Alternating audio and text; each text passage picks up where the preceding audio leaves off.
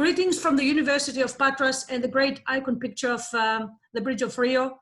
I welcome you all to the Forum of Intercultural Dialogue and Learning. And my presentation will focus on refugee education and the particular local perspective that we undertake in terms of promoting refugee education and in terms of forming a collective dialogue and wisdom around these issues, and of course at aiming in transforming the idea about refugee education at the specific locality.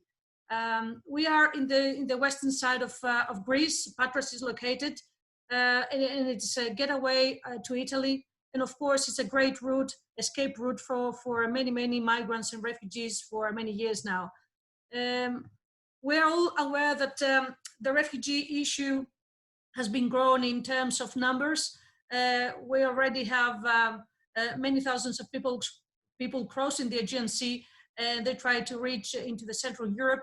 And of course, Greece is a great getaway and a great and important escape route for these people, as it is Italy, Spain, and Malta.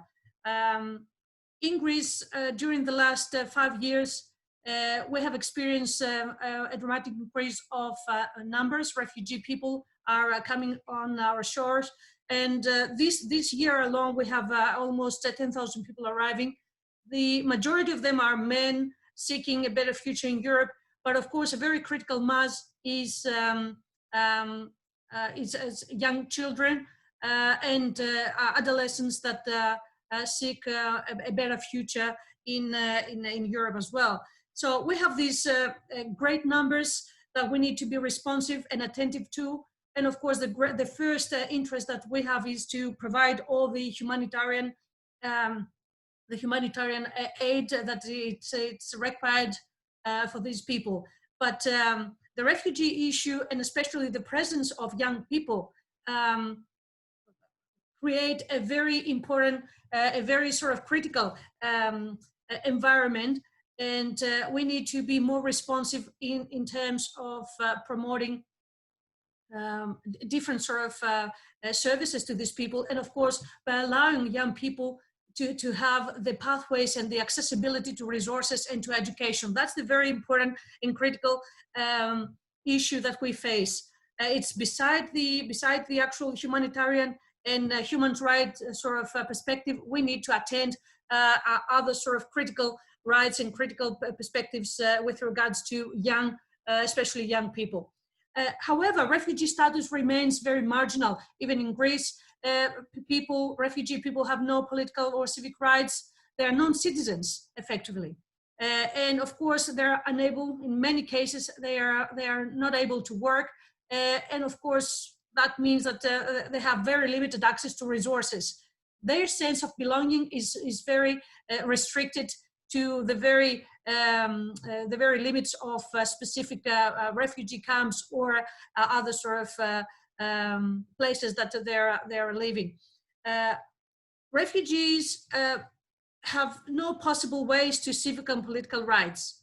They're non-citizens, as I said, and of course they experience a liminal state, a liminal status. They fall within a particular nation, the limits of a nation state, but at the same time they're outsiders, and that's important for us to realize that we are talking for people that they're not able to have access to certain services, and of course they're not able to feel attachment to the so-called host country. So the refugee status is largely a marginal status, and we need to address this kind of issue if we want to integrate these people, and if we want to offer a more inclusive pathways to success and to a better future.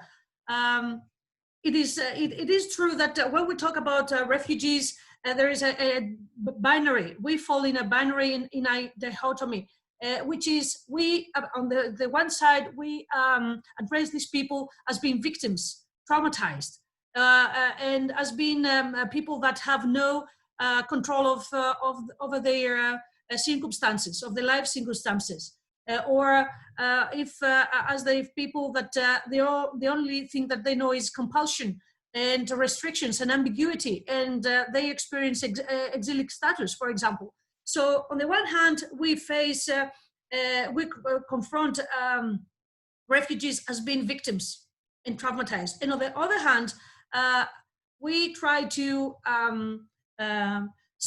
ascribe to these people characteristics of agency. So it is important for us to realize that refugees are people that take a great risk to leave the country and make a very treacherous journey and try to seek a better future. And for that reason, they've got a great vision for their own lives and for future circumstances. Similarly, they've got access to social networks, people that have taken the decision to move and to take the path of refugees. Usually there are people that they've got great social networks and resources, and they can actually take coherent and specific hard decisions into their own life course. So instead of seeing refugees just as victims, I think it's important to turn these sort of stereotype into a more positive view of people's being agents and trying to balance their losses and their trauma with actions. And I think that's very important to understand, and of course to take this into account when we try to implement and design and implement policies and practices for refugees, and especially for young people. Now, with respect to refugee education, it's very important parameter for social inclusion. Education always has been. But at the same time, when we are talking about refugees, some researchers have spoken about the lost generation because of the limited literacy and the limited access to formal education. So young refugees have faced a lot of problems with respect to attending schooling, formal schooling. So they've got interrupted schooling. Many of them have never gone to a school class. So it's important for us to understand first that we need to secure access to the formal system for those children. And of course, I think it's a very timely discussion to talk about a paradigm shift, a shift that needs to direct our dealings with refugee education from a humanitarian or a human rights perspective, to a more inclusive, more culturally responsive approach. And this approach will address important challenges of national and global citizenship. In these challenges refer to, for example, how we address and how we represent the other into our own cultural setting, local setting. Of course, how we discuss mobility, cross-border living, and liminality, these issues, in order to understand refugees better. Another issue that we could address is the social citizenship, how we can enable refugees to access certain resources, to obtain belonging to feel that they belong into the same locality that we reside, and of course to create spaces of legitimacy, that these people can have access to certain services and certain privileges as being citizens eventually. And of course, another challenge is intercultural competence, how we measure intercultural competence, how we measure competences that these people have, and how we infuse these competences within the formal educational system, so both students, local students and refugees can collaborate and can actually contribute to one another and can exchange their repertoires and their competences and skills. So it's important for us to make these realizations and start at least local sort of context to discuss this kind of issues. And at the same time, we need to be very open to the cause of refugee education and to the global promise that all major organizations have given towards educating refugees in order to enable them to, be able to be included into local societies.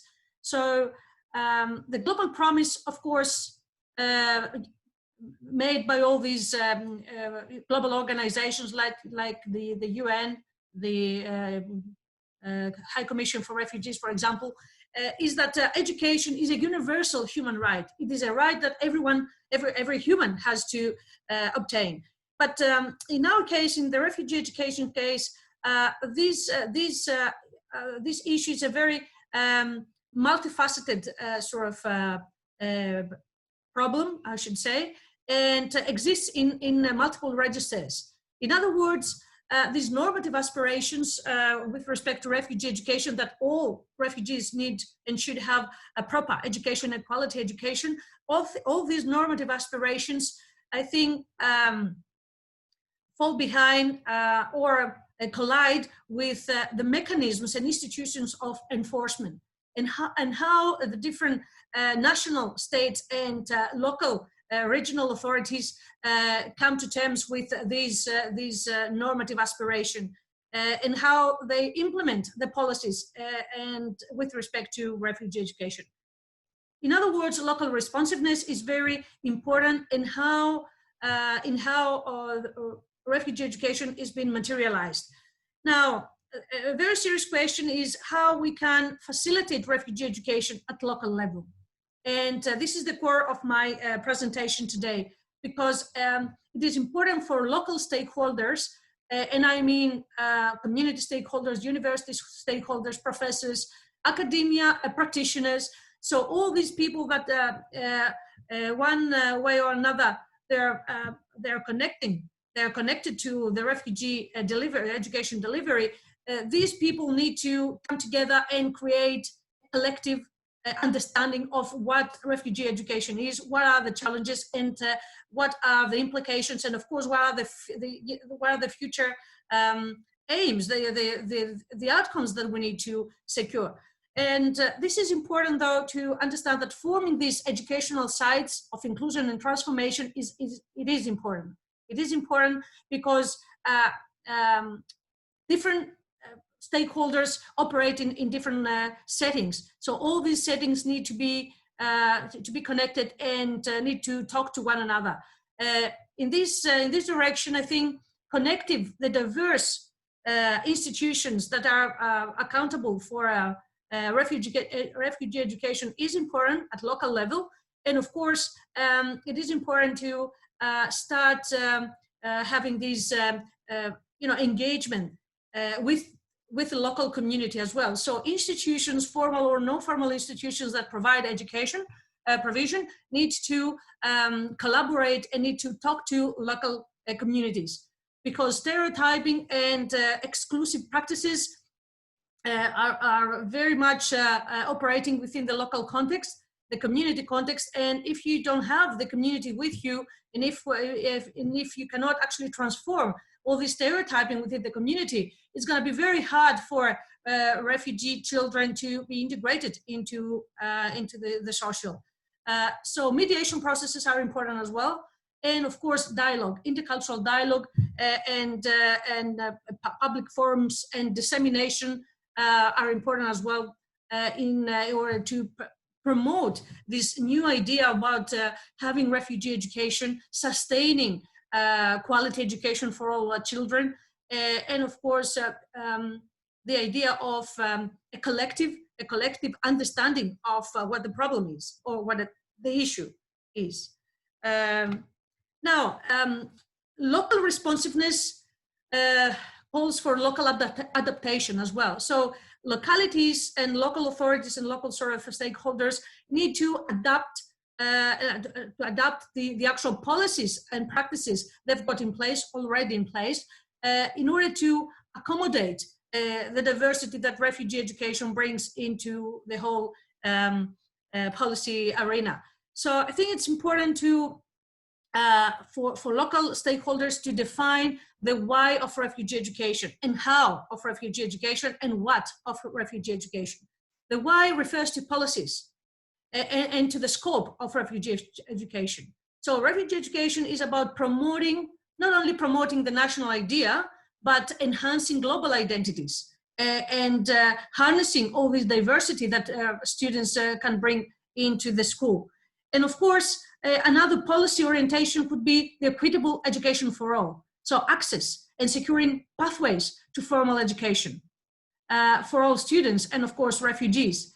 Another very important issue that local stakeholders need to take into account is the validation and accreditation of learning, prior learning of young refugees, and of course validation and accreditation of learning acquired within the school context. That means that we need a more flexible academic process and approach. And I think I'm going to talk a little bit later on this point. Validation and accreditation of prior learning and competences that young refugees bring into the school is very important for their academic mobility. And of course, it's very important because you recognize the knowledge basis of these students, and you step on this knowledge in order to build on a broader sort of cognitive capital. Another important parameter that local stakeholders could do is to scale up successful non-formal learning activities, which means that you harness the diversity of refugee education delivery in non-formal settings from NGOs or from different organizations, and you try to accredit and validate and accredit this kind of programs. But in doing so, you try to produce a framework of accreditation and validation of learning in this context. So you validate non-formal learning and you scale up learning programs and activities that have been successful. And a final sort of point that local authorities need to do is to coordinate all the program delivery and the providers that exist in a particular locality, because you get a lot of different programs and you got a lot of repetition as well in terms of what sort of programs there are in the market. But there is a need for a coordination and wise sort of distribution of resources and programs. But how we can actually produce this kind of collective wisdom around these issues. Of course, this will come through dialogues, through intercultural dialogue or a reflexive dialogue, as we say. Reflexive because you try to understand, to have an awareness of the issue, understand the setting that this issue is being located in, and of course try to gear a collective response towards these issues. So you need to have collectivity, you need to secure public discussion, you need to secure collaborative approaches in terms of dealing with refugee education.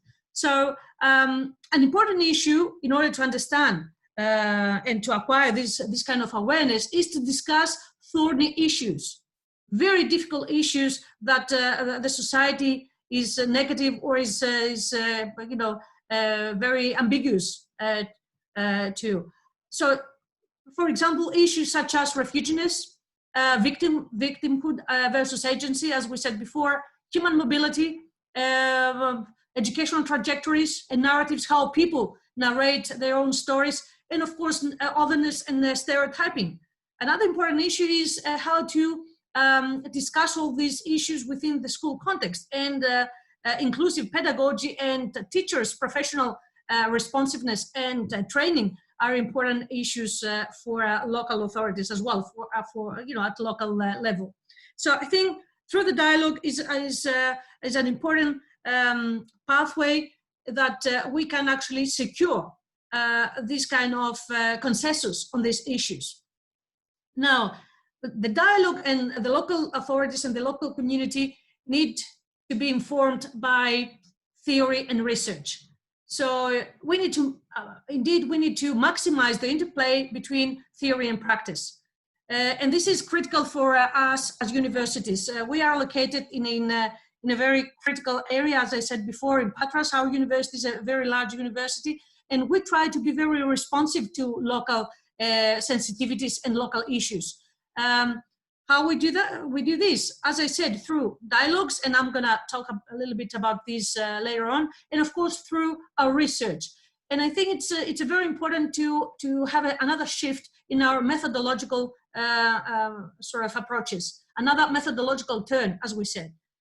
So we approach these sensitive issues through qualitative methods, because we're interested in lived experiences, how people experience their refugees, how people experience their journey, the migration journey from Syria, let's say, to Athens or to Germany and so on. So we need to be more sensitive in our approaches. For that reason, we implement and we utilize narrative inquiry, which is very important.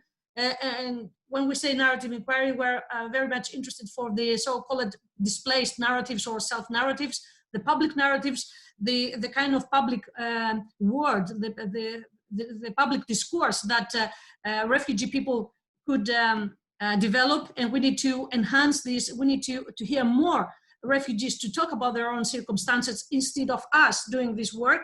And of course, through, let's say, reflexive photography, identity texts, reflexive dialogue, as I said before, and critical action research.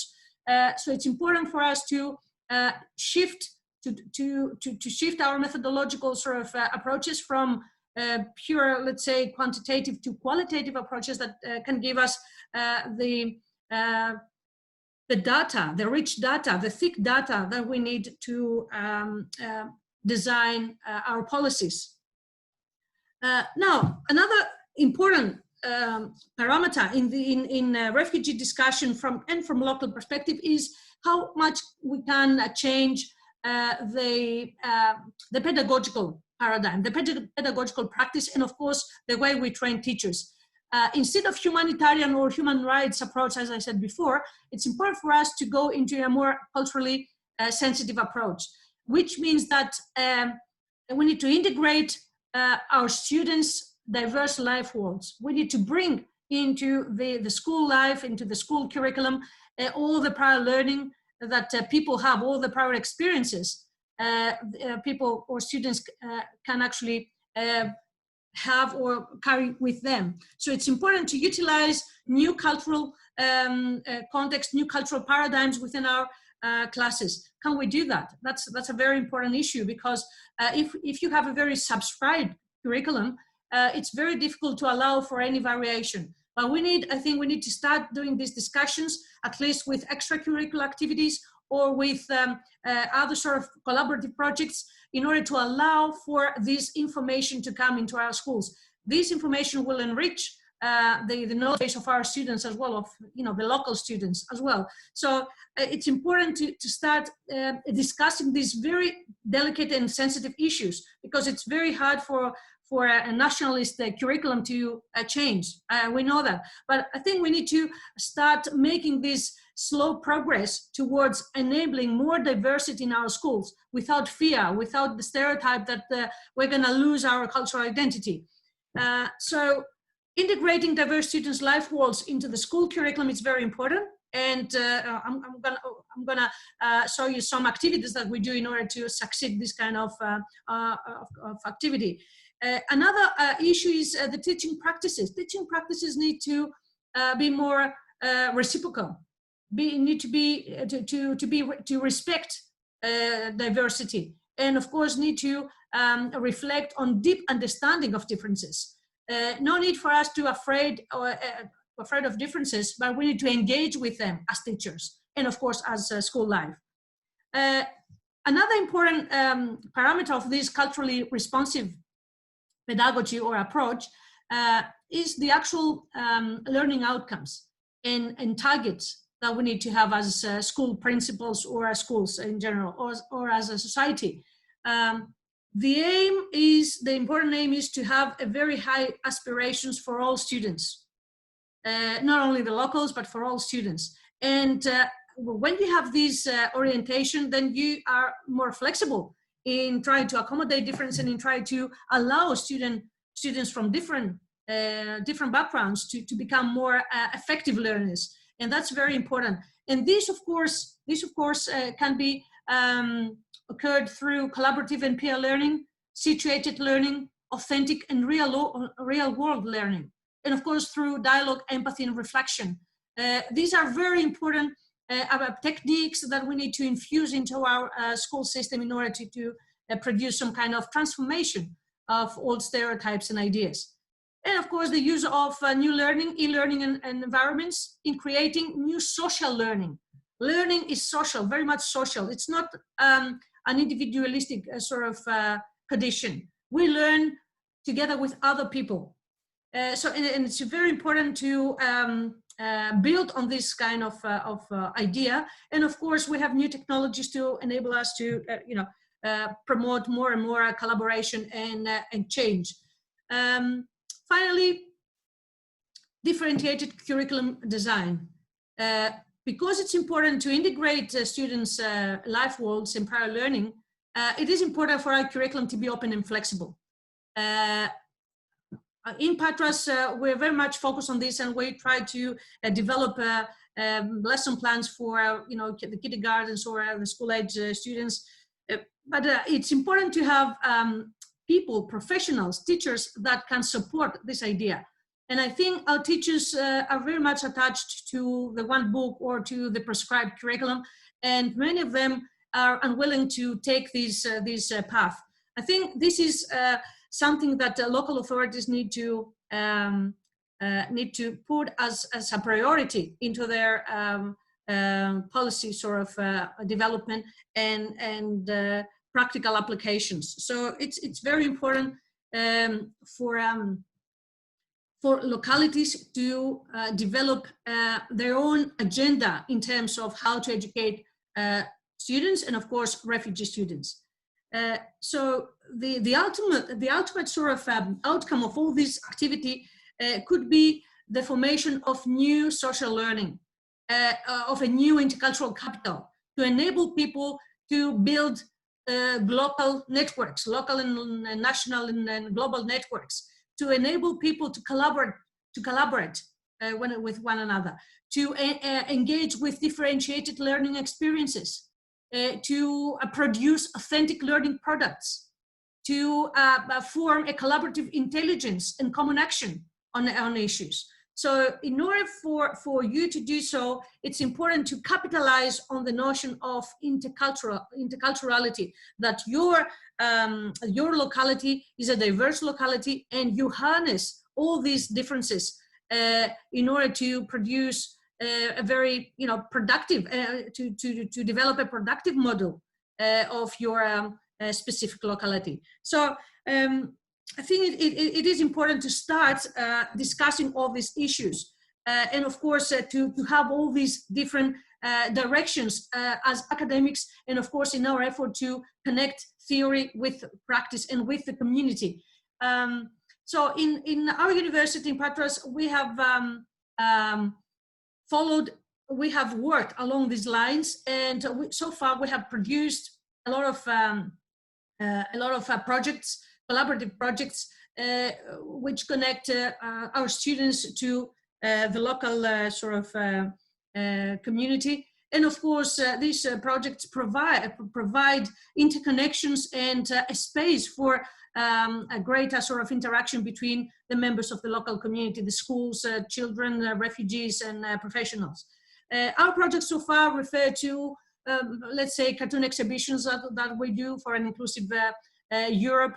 Of course, refer to national contests on cartoons again, when we try to deal with the representations of other, and we enable children to depict otherness through art, which is a very powerful sort of mechanism. Of course, we allowed school children to engage in action research, and teachers to engage in action research. So the students from local kindergartens can reflect on the refugee experience and the border crossing experience. So we had a marvelous sort of work on this issue. And if I can share my screen now,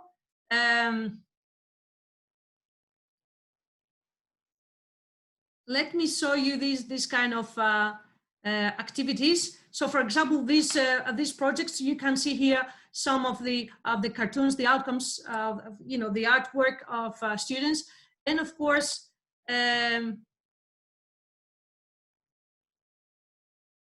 here we can see the children's art from the local kindergartens that, as I said, reflected on refugee border and crossing experience.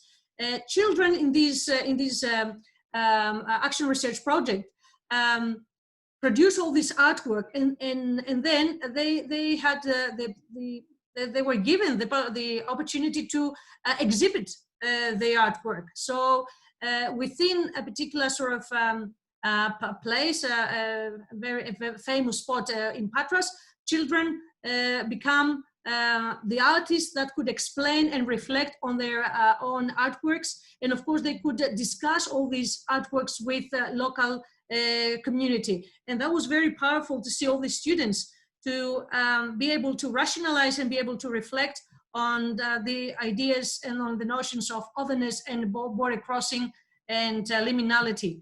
Another project we did was the actual a workshop with the International Organization for Migration, where we enable refugee children to come to Patras and engage themselves with learning experiences. And again, we had made a little exhibition out of that. Storytelling is a very powerful methodology for our students and and the local kindergartens that visit the University of Patras. So our students are very much attached to this and committed to this kind of approach.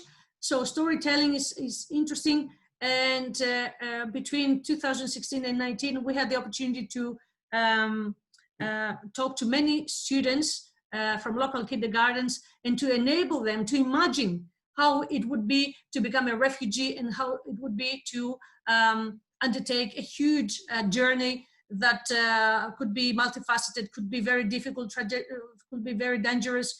So in order for these children from local kindergartens to empathize with modern refugees.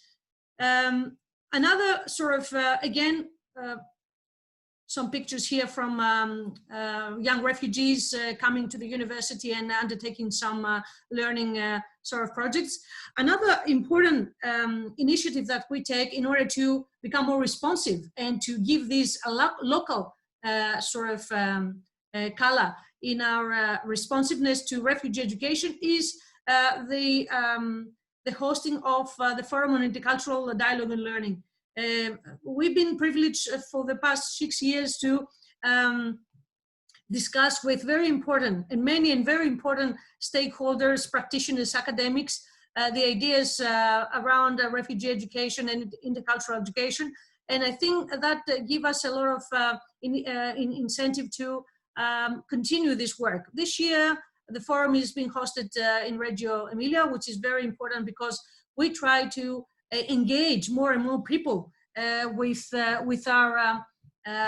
these specific topics. So I think it's very important for us to have this idea of how to reflect and how to get together in order to discuss. Intercultural dialogue is very important in what we do. And of course, local authorities could embrace these kind of activities and organize such forums in order to publicize the work that they do, the policies, and of course to reflect on the policies and practices.